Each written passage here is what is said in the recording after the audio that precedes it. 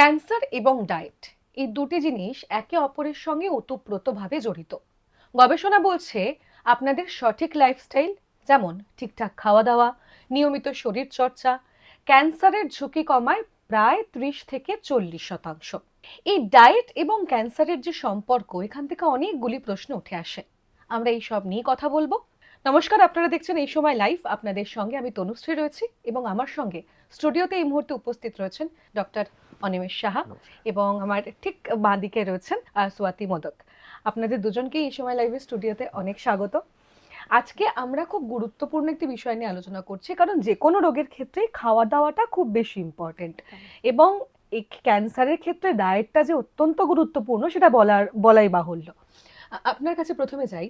আহ, খুব একটা বেসিক প্রশ্ন আমাদের মাথায় সবসময় থাকে যে যে কোনো রোগের সঙ্গে ডায়েটের একটা সম্পর্ক রয়েছে, এবং কিন্তু ক্যান্সারের সঙ্গে ডায়েটের সম্পর্কটা কতটা গুরুত্বপূর্ণ বলে আপনি মনে করছেন? দেখুন, ক্যান্সার এর কিছু রিস্ক ফ্যাক্টর থাকে, কিছু নন মডিফায়েবল, যেগুলো আমরা চেঞ্জ করতে পারি না। হুম। কিন্তু ডায়েট এমনই একটা জিনিস যেটা একটা মডিফায়েবল রিস্ক ফ্যাক্টরসের মধ্যে পড়ে। আপনি ঠিকই বলেছেন, 30 থেকে 40% ক্যান্সার আমরা প্রিভেন্ট করতে পারি যদি আমরা সঠিক diet, physical activity, wait management করতে পারি। তাহলে 30 থেকে 40% ক্যান্সার হওয়ার রিস্ক কিন্তু আমরা কমিয়ে দিতে পারি। কাজে বুঝতে পারছেন, ডায়েটটা ইজ খুবই ইম্পর্টেন্ট যে কোনো সাধারণ মানুষের ক্ষেত্রে, এবং আমরা আস্তে আস্তে পরে জানবো যে ক্যান্সার রোগীদের ক্ষেত্রেও। একদম। আপনার কাছে আসি কি, যেহেতু আপনি প্রতিদিন এই ক্যান্সারে আক্রান্ত যে রোগীরা রয়েছেন তাদের সঙ্গে ডায়েট সংক্রান্ত আলোচনায় থাকেন, এই ধরনের কাজের সঙ্গে দীর্ঘদিন যুক্ত রয়েছেন, ক্যান্সারের আগে বা পরে যদি খুব ছোট করে বলতে জানতে চাই যে কিভাবে ডায়েটটা কাজ করছে। অ্যাকচুয়ালি ক্যান্সারের আগেটা তো বোঝা যায় না যে আমার ক্যান্সার মানে ধরুন হয়েছে। আপনার কাছে আসার পর সেটা ধরা পড়লো। হ্যাঁ, হ্যাঁ। হ্যাঁ। তো উনি ডায়াগনোসিস হওয়ার পরে হয়তো আমার কাছে আসলেন। তখন আমি সেই মুহূর্তে ওনার যে ট্রিটমেন্ট প্ল্যান চলছে সেই হিসাবে আমি একটা ডায়েট প্ল্যান করে দেব। হুম। এবং সেখানে লাইফস্টাইল মডিফিকেশনটা তো ভীষণভাবে দরকার। ওনার যে ট্রিটমেন্ট চলছে সেই ট্রিটমেন্টের কি সাইড এফেক্ট হতে পারে, হুম। সেই সাইড এফেক্টটা আমাকে আগে দেখে নিতে হবে। দেখে আমি সেইভাবে তাকে মডিফাই করে দেব এবং সেই ডায়েটের মধ্যে সে যেন পরিমাণ মতো, ঠিক মতো প্রপার নিউট্রিয়েন্টগুলো, যেমন আমাদের মেজর যে প্রপার নিউট্রিয়েন্ট হচ্ছে কার্বোহাইড্রেট, প্রোটিন, ফ্যাট, এটা অবশ্যই থাকবে এবং তার সাথে মাইক্রোনিউট্রিয়েন্টস এবং অ্যান্টিঅক্সিডেন্ট এবং ওয়াটার ইনটেক, এই সবগুলো কিন্তু কম্বাইন করে আমাকে ডায়েট প্ল্যানটা করতে হবে। এই নয় যে কোনো একটা সিঙ্গল নিউট্রিয়েন্ট, সিঙ্গল ফুড ওনার ক্যান্সারটাকে সারিয়ে দেবে, যেটা এখন খুবই শোনা যায় যে এটা খান ক্যান্সার কমে যাবে, ওইটা খান ক্যান্সার কমে যাবে। এরকম কিন্তু কোনো তথ্য কিন্তু আমাদের কাছে নেই।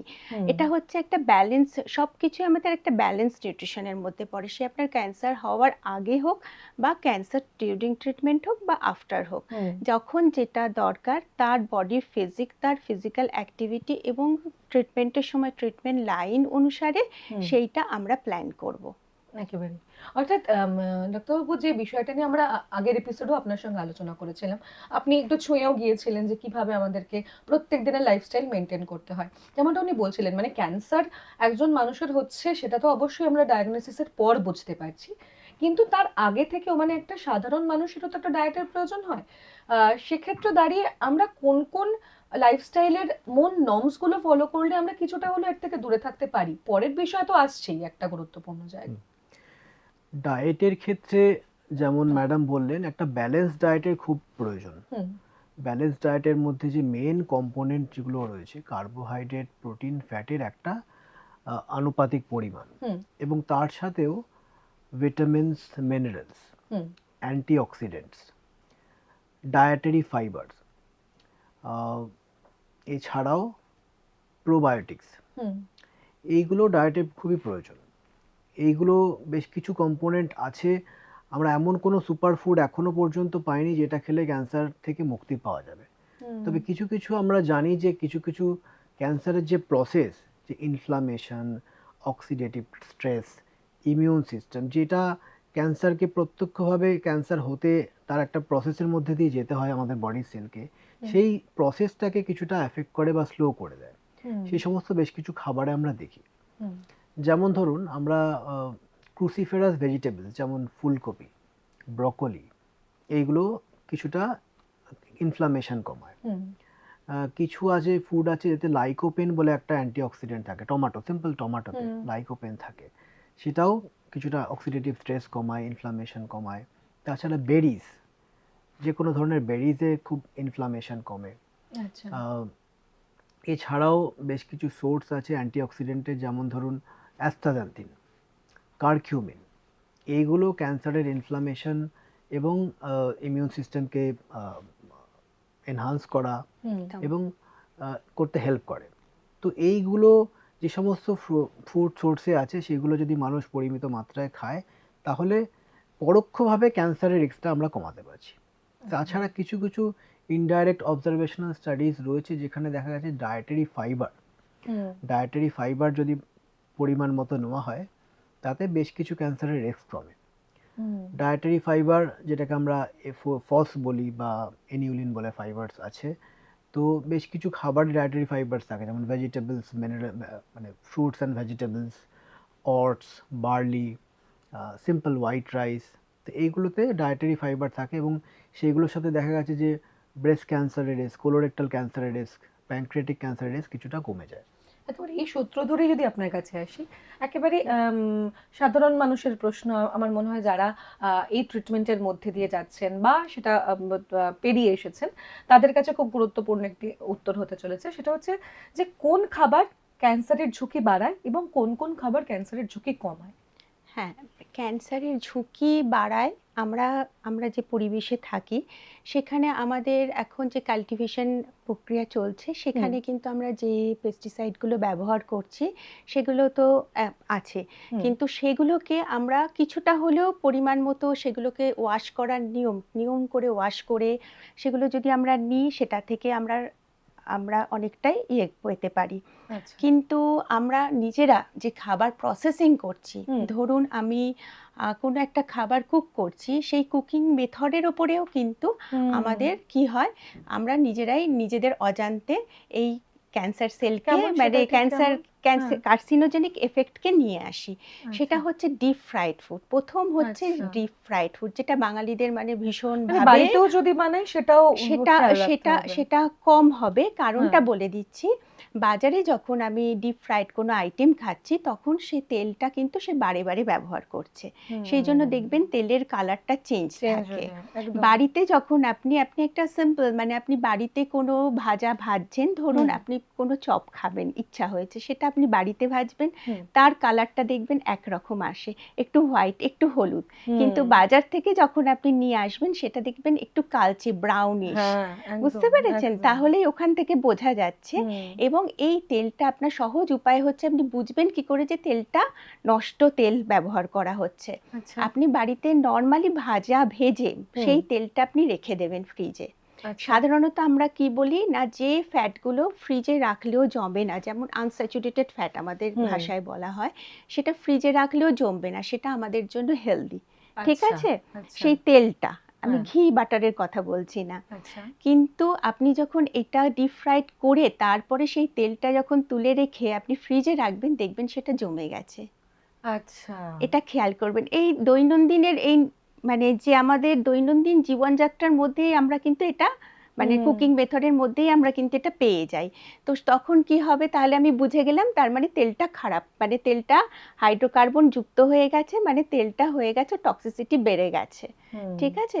তো সেইভাবে আমরা তো আর বাইরের যেটা খাচ্ছি সেটা বুঝতে পারছি না, সেই জন্য আপনি ঘরে বানিয়ে খান এবং যে তেলটা ব্যবহার করবেন একবারই ফ্রাইড আইটেমের জন্য, একবারই, তারপরে ওটাকে ডিসকার্ড করে দিন।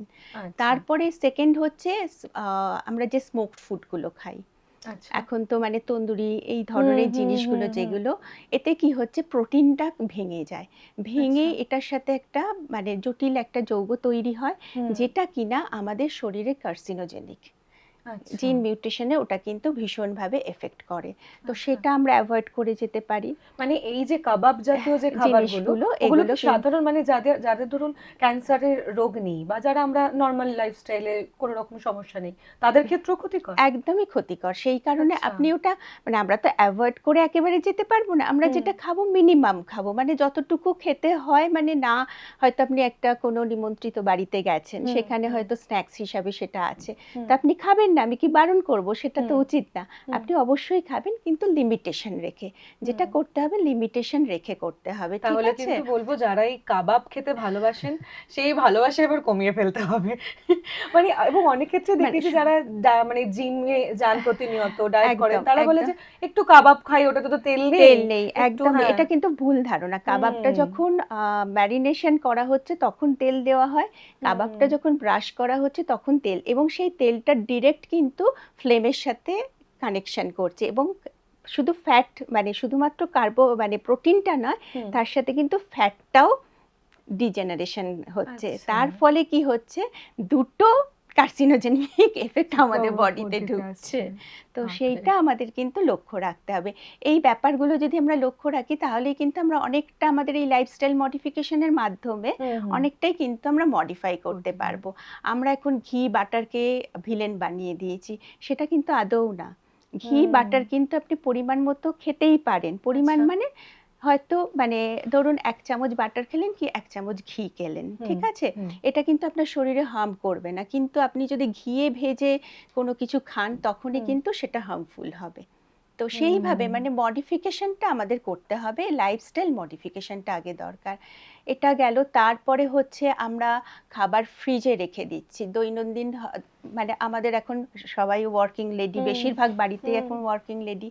সেটার কারণে কি হচ্ছে, আমরা খাবার ১ সপ্তাহের জন্য কেউ বাড়িতে বানিয়ে রাখে, কেউ ২ দিন ৩ দিনের জন্য বানিয়ে হুম রাখে। হুম তাতে কি হচ্ছে, খাবারটা যেই ফ্রিজে থাকছে, ফ্রিজ হুম থেকে বার করে আমরা আবার কি করছি, মাইক্রো ওভেনে হিট করছি। হুম মানে কি, খাবার একবার প্রিপারেশন হলো আবার রিহিট হচ্ছে। তাতে খাবারের যে নিউট্রিয়েন্টগুলো সেগুলো ডেস্ট্রয় হয়ে যায়। তাহলে আমার খাবার খাওয়ার জন্য মানে যেটার জন্য আমার খাবারটা খাওয়া, কিসের জন্য? পুষ্টি। হুম প্রপার পুষ্টি হলো না। তাহলে কি হলো, এই যে আমরা বলছি যে অ্যান্টিঅক্সিডেন্ট, হুম এই যে বলছি ভিটামিনস, মিনারেলস স্যার বললেন, তো এগুলো সব ডেস্ট্রয় হয়ে গেল বিকজ আচ্ছা অফ ওই রিহিটের জন্য।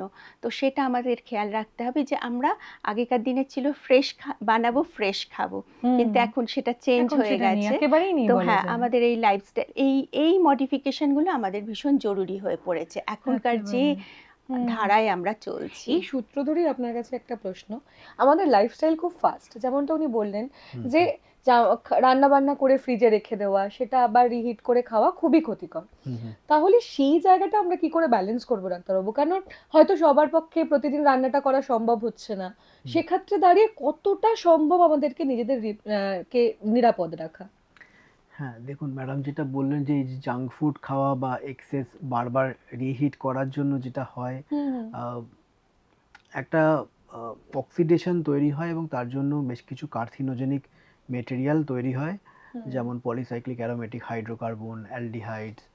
তো এইগুলো কার্সিনোজেনিক, এটা নিয়ে সন্দেহ নেই। এই জন্য বারবার রিহিট করা খাবার, ডিপ ফ্রাইড খাবার অ্যাভয়েড করা বেটার। এবং আমরা যে সমস্ত জাঙ্ক ফুড খেয়ে এখন অভ্যস্ত, অনেকেই দেখি একটা large proportion of young population are getting obeys.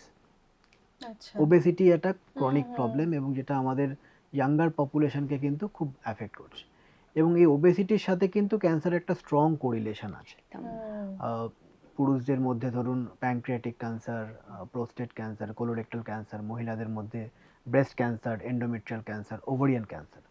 তো দেখা গেছে যারা ওবেস পেশেন্ট মানে যাদের ওবেসিটি আছে তাদের হুম ক্ষেত্রে এই ধরনের ক্যান্সার হওয়ার রিস্ক কিন্তু খুব বেশি। তো সেই জন্য আজকের দিনের সাথে তাল মিলিয়ে হয়তো আমাদের কিছুটা আউটসাইড ফুড খেতে হবে, তবে তার সাথে আমরা যদি একটু ফিজিক্যাল অ্যাক্টিভিটির ওপর জোর দিই, ওয়েট হুম ম্যানেজমেন্টের ওপর জোর দিই, তাহলে কিন্তু কিছুটা হলেও আমরা রিস্ক কমাতে পারবো।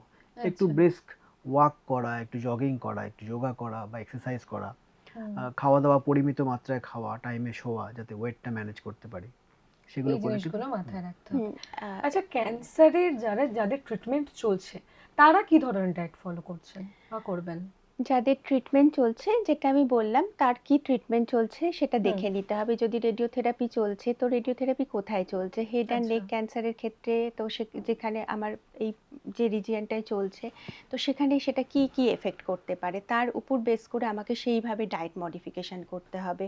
এবং আচ্ছা সেই ডায়েট মডিফিকেশন, ধরুন পেশেন্টটা নর্মাল সলিড খাবার খেতে পারছে না, হুম তাকে আমি লিকুইড খাবার দিচ্ছি। কিন্তু হুম লিকুইডের মধ্যে আমরা কি জানি? লিকুইড মানেই হচ্ছে আমাদের জুস, ডাবের জল, স্যুপ, এই সবগুলো হুম। বার্লি ওয়াটার, কিন্তু এগুলো দিয়ে কি তার নিউট্রিয়েন্ট ফুলফিল হবে? না। কখনোই তার নিউট্রিয়েন্ট ফুলফিল হবে না। সেক্ষেত্রে আমাদেরকে দেখতে হবে প্রপার নিউট্রিশনটা হওয়ার জন্য সেই খাবারটাতে আমরা কিভাবে মানে মডিফাই করতে পারি যাতে ওর আচ্ছা। প্রপার ক্যালোরি প্রোটিন, তার যদি 1800 ক্যালোরি লাগে, 80 গ্রাম প্রোটিন লাগে, সেইটাই যাতে লিকুইডের মাধ্যমে যাতে আমরা দিতে পারি। আচ্ছা। সেক্ষেত্রে আমরা ব্লেন্ডেড প্রিপারেশনটা করে নিতে পারি, সেইভাবে তাকে দিতে পারি। হুম। কিছু হেলদি, এই যে প্রোবায়োটিক হিসাবে আমরা খেতে পারি, দইয়ের ঘোল খেতে পারি বা দই খেতে পারি বা ইয়োগার্ট খেতে পারি, সেটা হুম। দিতে বলতে পারি আমি।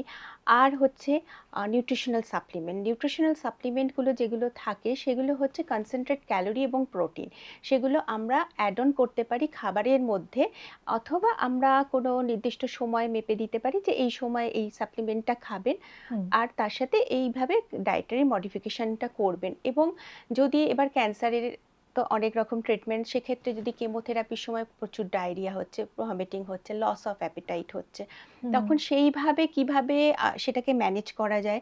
কিছু কিছু ক্ষেত্রে আমলকি ভীষণ কাজ দেয়। আমলকি, গুজবেরি যেটা বলছে, হুম। আমাদের এখানে বেরিজ বলতে ওইটার মধ্যে যে অ্যান্টিঅক্সিডেন্ট আছে সেটা কিন্তু মানে কোনো খাবারের মধ্যে পাবেন না, ঠিক আচ্ছা। আছে?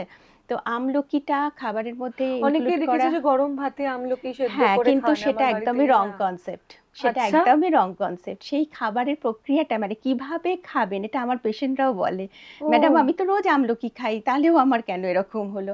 কারণ আচ্ছা। আমলকি হচ্ছে ভিটামিন সি হাই থাকে। আচ্ছা। ভিটামিন সি অল্প হিটেতেই সেটা ডেস্ট্রয় হয়ে যায়।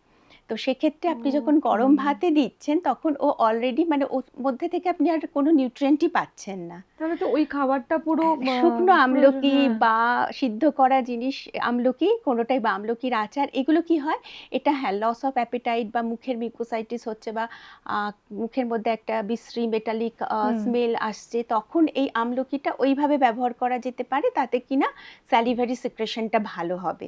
আচ্ছা। কিন্তু মানে আমলকির যদি প্রপার নিউট্রিয়েন্টটা আপনি পেতে চান, তাহলে কিন্তু কাঁচা আমলকি স্লাইস করে কেটে ওটাকে বিট নুন দিয়ে আপনি রাখতে পারেন যদি হুম। হাইপারটেনশন না থাকে।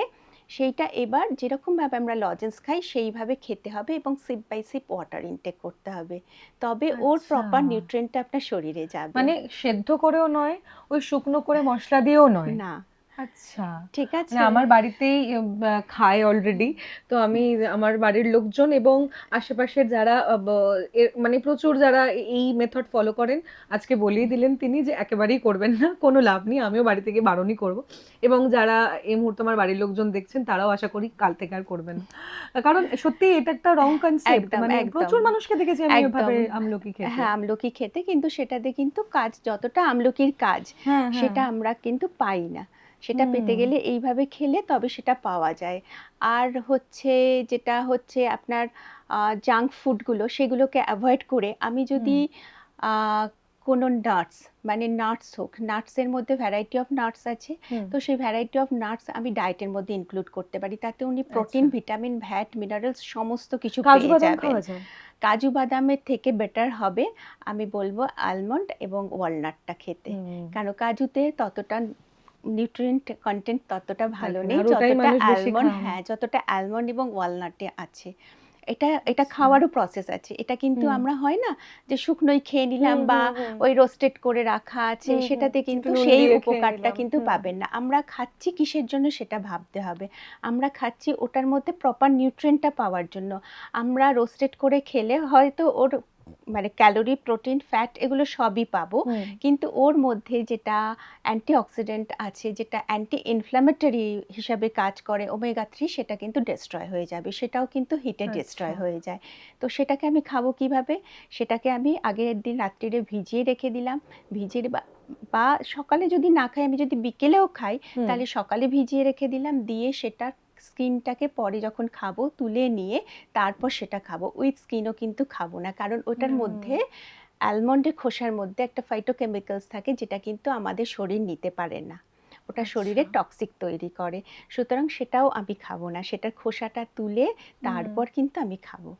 তবে অর্থাৎ ওটার একেবারে, নিউট্রিয়েন্টটা হ্যাঁ, আমি প্রপারলি পাবো। মানে প্রত্যেকটা খাবারের প্রসেস প্রসেস রয়েছে, মানে আমরা সবকিছুই একটু ভিজিয়ে মনে হলো হেলদি খেয়ে ফেললাম, সেটা করলে হবে না।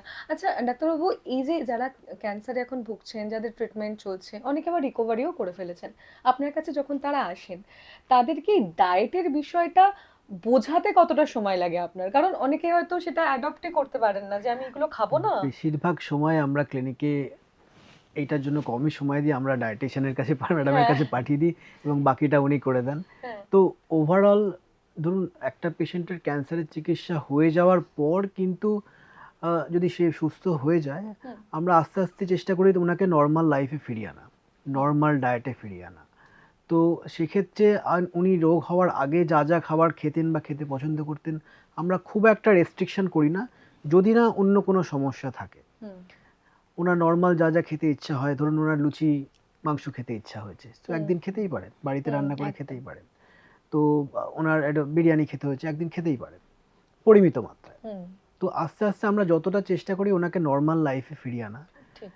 অ্যাট দ্য সেম টাইম আমরা এটাও অ্যাডভাইস করি যে উনি যাতে একটা হেলদি লাইফস্টাইল মেনটেন করে, একটা হুম, ব্যালেন্স ডায়েট ফলো করেন, ফিজিক্যাল অ্যাক্টিভিটি ফলো করেন, ওয়েটটা ম্যানেজ করে রাখেন, এগুলো। এগুলো, এই যে মানে প্রাথমিক যুদ্ধটা ওনারা সেরে আপনাদের একদম কাছে পাঠান, একদম। আপনাদের তার পরবর্তী পর্যায়টা কিভাবে ম্যানেজ করতে হয়? আমি যেভাবে কাউন্সিল করি আমার পেশেন্টদের, সেটা হচ্ছে প্রথমে তার ফিজিক্যাল অ্যাক্টিভিটিটাকে আমি রেডি হুম, করার চেষ্টা করি। কারণ ফিজিক্যাল অ্যাক্টিভিটি যদি না থাকে, হয় হুম, না অলস মন শয়তানের কারখানা। তো আমার রোগ হয়েছিল, আমি এবার আবার যদি সেটা ব্যাক করে, এইসব হুম, ভাবনা চিন্তার মধ্যেই মানুষ ডিপ্রেশনে যায়। একদম, তো একদম। ফিজিক্যালি অ্যাক্টিভ থাকলে সেটা কিন্তু হবে না। সেটা উনি যে আগে ওই যে স্যার যেরকম বললেন, আগে যিনি যেরকম উনি লাইফস্টাইল লিড করতেন সেইভাবেই উনি ওনার কাজে হুম, উনি আবার সেটা শুরু করতে পারেন, নিজের কাজকর্মগুলো। তারপরে হচ্ছে ডায়েটের মধ্যে হেলদি লাইফস্টাইল একদম উনি করতে যেটা হবে। বললেন যে লুচি মাংস যদি কেউ চান তাহলে একদম খেতেই পারেন, একদম কিন্তু সেই একদম মাংসেরও খাওয়ার একটা প্রসেস একদম রয়েছে। মাংসটা আমাকে প্রিপারেশনটা অবশ্যই বাড়িতে করলে সব থেকে ভালো হয়। হুম, তবে নেমন্তন্ন বাড়ি যাব না, যাব নিশ্চয়ই যাব, হুম, কিন্তু আমি ওই লিমিটেড, যেটা হচ্ছে খাবো। পোর্শন কন্ট্রোল, হুম, মানে আমি কতটা খাচ্ছি সেটা কন্ট্রোল করতে হবে। রেড মিট কতটা ক্ষতিকর নাকি ক্ষতিকর নয়? অ্যাকচুয়ালি ওইটাই হচ্ছে পোর্শন কন্ট্রোল। আমি রেড আচ্ছা। মিট যদি আগেকার দিনে ছিল কি, এই মানে বলতো, মায়েরা হুম, বলতো, হুম, জানিস ও একদম গোটা একটা ছাগলের মাংস খেয়ে খেয়ে নিল, ফেলেছো। হ্যাঁ, হ্যাঁ, হ্যাঁ, হ্যাঁ, হ্যাঁ, তো এখন আমরা সেই অ্যাক্টিভিটির মধ্যে নেই। নেই, বিদ্যাসাগর ঠিক, ঠিক। মেদিনীপুর থেকে কলকাতা এসেছিলেন হেঁটে, আমাদেরকে দুপা হাঁটতে বললে আমরা বলবো থাক। একদমই, একদমই, মানে এই সত্যি তো এটাই তো বাস্তব সেখানে আমাদের। আমি কি করে সেটা বলবো? একদম সুতরাং ঠিক। আমার পোর্শন, মানে আমার যে প্লেটটা থাকবে সেই হুম, প্লেটের যদি আমি ৪ টে ভাগ করি, সেই একটা ভাগের মধ্যে আমার কার্বোহাইড্রেট থাকবে, হুম, একটা ভাগের মধ্যে আমার প্রোটিন থাকবে, আর আরেকটা ভাগের মধ্যে আমার ফ্রুটস, ভেজিটেবলস, নাটস, মানে পুরোটা, মানে পুরো যে আরো হাফ পোর্শন থাকলো ওইটার মধ্যে fruits, vegetables, nuts and oil পুরোটা আচ্ছা। থাকবে। একটা ব্যালেন্স রাখাটা ভীষণভাবে আমি একটা ইম্পর্টেন্ট, তাই ছোট্ট তো? স্টোরি শেয়ার করব। হ্যাঁ, হ্যাঁ, আমার প্লিজ। একজন পেশেন্ট ছিলেন হুম, যার গলায় ক্যান্সার ছিল আচ্ছা। এবং রেডিওথেরাপি চিকিৎসার মাধ্যমে ওনার গলার ক্যান্সারটা সেরে গেছিল। হুম, তো সামহাও ওনার ছেলে সেরে যাওয়ার পরে বহুদিন ফলো আপে আসেনি। আহ, একদিন প্রায় বছরখানেক পরে হঠাৎ করে ফোন, ডাক্তারবাবু পেশেন্ট খুব অসুস্থ, হিমোগ্লোবিন কমে গেছে। তো এমার্জেন্সিতে নিয়ে আসে, তখন দেখা যায় হিমোগ্লোবিন 4। তো আমরা আরও হিস্ট্রি নিতে গিয়ে জানতে পারি উনি একটা স্পেশাল ডায়েট ফলো করছিলেন, যেটাতে উনি শুধু খেতেন স্যালাড, ফ্রুটস আর টক দই। এই বাপরে! তো তাতে আমি যা দেখলাম, পেশেন্টকে আমি 1 বছর আগে দেখেছিলাম, হয়তো 60-65 কিলো ওয়েট ছিল, ওনার হ্যাঁ, ওজন এখন হয়ে গেছে 40 কিলো। এই ডায়েটে উনি 8-9 মাস আছেন এবং বাপরে বাপ! পেশেন্টের পেটে আলসার হয়, ওখান থেকে ব্লিডিং হচ্ছে, ব্লাড লস হচ্ছে এবং 4 হিমোগ্লোবিন, যেখানে 10 মিনিমাম থাকার কথা। হুম, তো এরকম অবস্থা, মানে পেশেন্ট একদম স্যার হয়তো কেউ পাঠিয়েছিলেন আমার একজন কাছে। বলেছেন ওনাকে কিটোজেনিক ডায়েট বা এই ধরনের ডায়েট ফলো হুম, করলে হুম, পেশেন্ট সুস্থ থাকবেন, কার্বোহাইড্রেট খাবেন না, প্রোটিন খাবেন হুম, না, কিন্তু সেইটা একটা ভয়ানক পরিস্থিতির দিকে পেশেন্টকে নিয়ে গেছে। তো ফাস্টিং বা এই ধরনের পার্টিকুলার ডায়েট কোনো ডায়েটিশিয়ানের পরামর্শ ছাড়া একদমই করা উচিত করা নয়। উচিত নয়। মানে ঠিক, ঠিক। 80% to 90% পেশেন্ট, আমাদের যারা cancer patient, some stage of their cancer treatment or follow up, they lose weight. Hmm, তাদের ওজন লস হয় এমনি 10% থেকে 50% হতেই পারে। হুম, সেক্ষেত্রে ফাস্টিং বা এই ধরনের অ্যাটিপিক্যাল ডায়েট মানে ভয়ানক পরিস্থিতির দিকে ওনাকে ঠেলতে পারে। এবং সেটার সবচেয়ে বড় উদাহরণ আপনি যেটা বললেন। একদম অর্থাৎ পেশেন্ট আমার কাছে এসেছিলেন, স্যার আচ্ছা। পাঠিয়েছিলেন। তারপর সেখান থেকে তারপরে রিকভারি রিকভারি তো উনি তো ভীষণ মানে খুবই একদম ক্রিটিক্যাল, ক্রিটিক্যাল ওনাকে সেভ কন্ডিশনে করা যায়নি। এসেছিলেন। আচ্ছা। মানে উনি সেরে গিয়েছিলেন, ভাবুন উনি সেরে সেরে গিয়েছিলেন, গিয়েছিলেন। তারপর উনি আর এই অবস্থা হলো।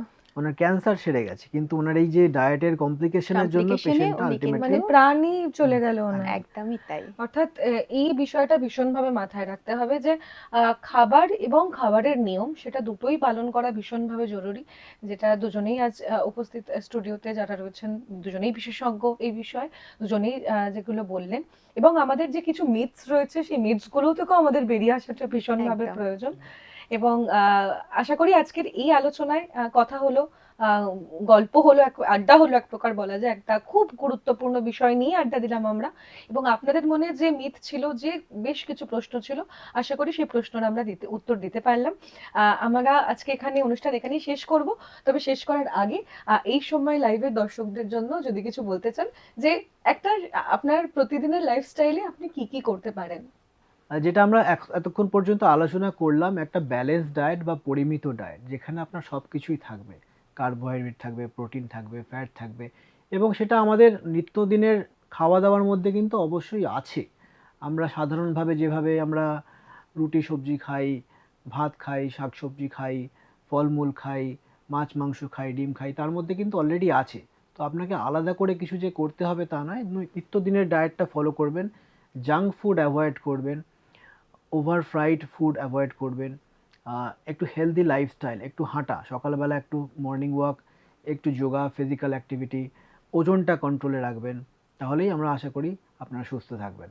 এবং যে কোনো সমস্যায় ডক্টর এবং ডায়েটিশিয়ানের সাথে যোগাযোগ করবেন। একদম। আপনি এই সময় লাইভের দর্শকদের জন্য স্পেশালি যাদের ট্রিটমেন্ট এখন চলছে ক্যান্সারের, বা যারা রিকভার করে গিয়েছেন, তাদের জন্য স্পেশাল আপনার কি নির্দেশ থাকবে? বা আপনার ট্রিটমেন্ট চলাকালীন যে যে প্রবলেমগুলো হবে সেগুলো অবশ্যই আপনার যিনি ট্রিটমেন্ট করছেন ডাক্তারবাবুর সাথে যোগাযোগ করবেন, এবং যিনি ডায়েটিশিয়ান আছেন ওনার সাথেও যোগাযোগ করবেন। ট্রিটমেন্টের সময় যে যে সমস্যাগুলো হয় সেগুলো আমরাই ভালো করে বলে দিতে পারবো। কারণ আপনার যদি লস অফ অ্যাপিটাইট হয় তখন আপনি কিভাবে ডায়েটারি ম্যানেজমেন্ট করবেন, এবং আপনার যদি লুজ মোশন হয় তখন কিভাবে করবেন, সেগুলো আমরা সেইভাবেই বলে দেব। এবং এই সময় একটা হেলদি লাইফস্টাইল তো অবশ্যই করবেন, যেখানে আপনার কিন্তু যে ট্রিটমেন্ট চলছে বলে ফিজিক্যাল অ্যাক্টিভিটি কমিয়ে দেবেন এবং বসে থাকবেন, শুয়ে থাকবেন, রেস্ট নেবেন, সেটা কিন্তু নয়। নিজেকে যতটা পারবেন অ্যাক্টিভ রাখার চেষ্টা করবেন। স্যার যেটা বললেন যে রেগুলার হাঁটা, সেই রেগুলার হাঁটা যদি আপনি আগে 40 মিনিট হাঁটতেন তাহলে আপনি সেটা 10 মিনিট করে ভেঙে ভেঙে দিনে 3 বার হাঁটবেন। এবং তার সাথে যে খাওয়া দাওয়াগুলো অ্যাজ পার ডায়েটিশিয়ানের মতামত অনুসারে সেইভাবে খাবেন। আর যখন আপনার ট্রিটমেন্ট শেষ হয়ে যাবে, আপনি যখন রিকভার করে যাবেন, তখন অবশ্যই একটা হেলদি লাইফস্টাইল প্ল্যান করিয়ে নেবেন, এবং সেখানে যেন সমস্ত খাবারগুলো, সমস্ত ফুডগুলো আপনার সমস্ত ডায়েটের মধ্যে ইনক্লুডেড থাকে। এটা জেনে রাখবেন ভগবান আমাদের যে খাবারগুলো আমাদের চারপাশে দিয়েছে সেই খাবারের প্রত্যেকটা জিনিসের মধ্যেই কিছু ভালো কিছু খারাপ থাকে। তো আমরা ভালো খারাপটা যখন মিশিয়ে নিই, যেমন চাল আর ডাল মিশিয়ে একটা ভালো প্রোটিন জাতীয় খাবার তৈরি হয়, সেটা হচ্ছে খিচুড়ি, এবং যার মধ্যে carbohydrate, protein, fat, vitamin, minerals ভালো মতো থাকে। সেই রকমই আমাদের প্রত্যেকটা খাবারই ঘুরিয়ে ফিরিয়ে খাওয়া উচিত। কোনো পার্টিকুলার এরকম খাবার নেই যেটা খেলে আপনার ক্যান্সার সেল নষ্ট হয়ে যাবে, ধ্বংস হয়ে যাবে, আপনি ক্যান্সার মুক্ত হয়ে যাবেন, সেরকম কথা নয়। আপনি রেগুলার ট্রিটমেন্ট এবং ডক্টরের আন্ডারে যিনি দেখিয়েছেন সেখানে রেগুলার একটা আপনার করবেন। তার সাথে এই ডায়েটের লাইফস্টাইল মডিফিকেশনটাও করবেন, রেগুলার অ্যাক্টিভিটি, যোগা, প্রাণায়াম, তার সাথে হেলদি ডায়েট প্ল্যান, এবং যার মধ্যে প্রত্যেকটা নিউট্রিয়েন্ট এবং প্রত্যেকটা ফুড আইটেমস প্রপার অ্যামাউন্টে থাকে। একেবারেই, অর্থাৎ প্রত্যেকটা জিনিস আমাদের খেয়াল রাখতে হবে। দুজনকেই আবার একবার ধন্যবাদ আমাদের সঙ্গে এতক্ষণ থাকার জন্য, এবং আপনাদেরকেও ধন্যবাদ যারা এতক্ষণ আমাদের সঙ্গে ছিলেন। রোগের ধরন এবং খাদ্যাভ্যাস তাদের সঙ্গে সামঞ্জস্য রেখে একটা প্রপার নিয়ম রয়েছে, সেই নিয়ম পালন করার কথাই আজকে দুই বিশেষজ্ঞ বললেন। আশা করি আপনাদের অনেকটাই লাভ হলো আজকের আলোচনায়। আজ এখানে অনুষ্ঠান শেষ করছি। অবশ্যই আপনারা ভালো থাকবেন এবং দেখতে থাকবেন এই সময় লাইভ।